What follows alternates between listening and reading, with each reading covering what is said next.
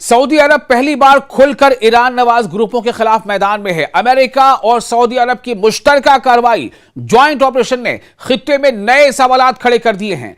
क्या वाकई सऊदी अरब अब सीधे तौर पर हमले के लिए तैयार ही नहीं है, बल्कि हमले की शुरुआत हो चुकी है? क्या ईरान और सऊदी अरब में आने वाले दिनों में सीधा टकराव होगा? बहुत बड़ा सवाल।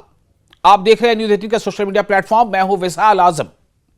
मिडिल ईस्ट में एक बार फिर हालात तेजी से बदल रहे हैं। सऊदी अरब और अमेरिका ने इराक में ईरान नवाज मुसल्लह ग्रुहों के खिलाफ मुश्तरका फिजाई कार्रवाई की है। यह कार्रवाई ऐसे वक्त हुई है जब रीजन में ईरान, अमेरिका और इसराइल के दरमियान कशीदगी पहले ही उरूज पर है। सवाल यह है कि क्या यह सिर्फ महदूद जवाब है या फिर एक बड़े इलाकाई तसादुम का आगाज?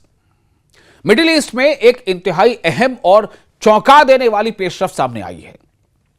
सऊदी अरब ने ऐलान किया है कि इसके मुसल्लह अफवाज ने अमरीकी सेंट्रल कमांड यानी सेंटकॉम के ताउन से इराक में ईरान नवाज मुसल्लह गिरोहों के ठिकानों पर हदफी हमले किए हैं, यानी टारगेटेड हमले किए हैं। Targeted, pin point. रियाद का कहना है, यानी सऊदी अरब का कहना है कि यह कार्रवाई हालिया ड्रोन हमलों के जवाब में की गई है, जिनका निशाना सऊदी अरब की तेल तंसीबात और अहम तंसीबात थी। सऊदी वजारत दिफा के मुताबिक, यानी सऊदी मिनिस्ट्री ऑफ डिफेंस के मुताबिक, गुज़िश्ता चंद दिनों के दौरान इराक की सरजमीन से कई ड्रोन सऊदी अरब की मशरकी ऑयल तंसीबात और रियाद के इलाकों की जानिब भेजे गए। सऊदी फिजाई दिफाई निजाम यानी सऊदी एयर डिफेंस सिस्टम ने इन ड्रोन्स को फिजा ही में तबाह कर दिया, जिसके बाद रियाद ने जवाबी कार्रवाई का फैसला किया। अमेरिकी सेंटकॉम यानी अमेरिकी सेंट्रल कमांड का दावा है कि गुज़िश्ता 72 घंटों में, जो कि अब उससे ज्यादा बढ़कर मान लें कि आप 80 घंटे हो गए होंगे, तो गुज़िश्ता 3-4 दिनों में आप कह लें कि 30 से ज्यादा ड्रोन हमले अमेरिकी अफवाज और सऊदी तवानाई तंसीबात को निशाना बनाने के लिए किए गए थे। और इन्हीं हमलों के बाद मुश्तरका फौजी कार्रवाई की गई। मुश्तरका ज्वाइंट ऑपरेशन, सऊदी अरब और अमेरिका का ज्वाइंट ऑपरेशन। ये ज्वाइंट ऑपरेशन, ये मुश्तरका कार्रवाई, ये अपने आप में बहुत बड़ा अलार्मिंग सिग्नल है कि क्या आने वाले दिनों में मिडिल ईस्ट वाकई जंग में बुरी तरह से झोंक दिया जाएगा? बहुत बड़ा सवाल है। यह वाकया इसलिए भी गैर मामूली है क्योंकि सऊदी अरब गुज़िश्ता चंद बरसों से ईरान के साथ ताल्लुकात बेहतर बनाने की कोशिश कर रहा था।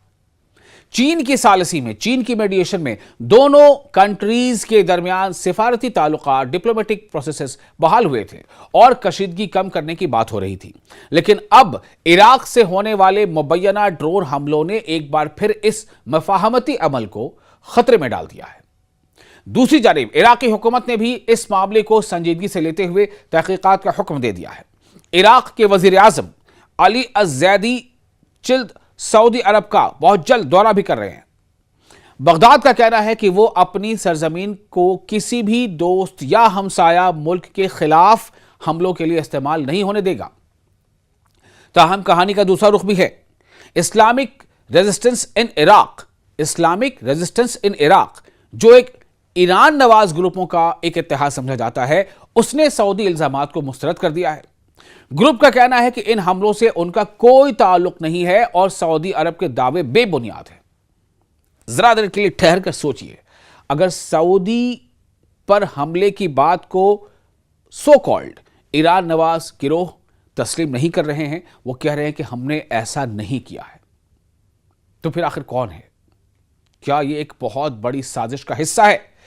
क्या यह बहुत बड़ी कॉन्स्पिरेसी प्लॉट है ताकि ईरान और सऊदी अरब फिर से आमने सामने आ जाएं, फिर से इन दोनों में टकराव शुरू हो जाए?